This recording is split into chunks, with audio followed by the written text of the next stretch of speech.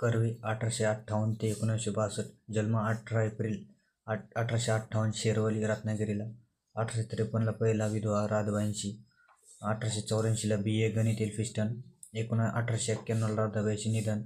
1893ला गोदाबाईंशी दुसरा विवाह म्हणून वळीत. 1893ला विधवा विवाह उत्तेजक मंडळ. 1899ला अनाथ बालआश्रम बाल विधवांसाठी स्वावलंबी. पुणे गोरेच्या वाड्यात. 1900ला हिंगणे ही संस्था स्थापन केली. 1907ला हिंगणे महिला विद्यापीठ. 1910ला निष्काम कर्मठ.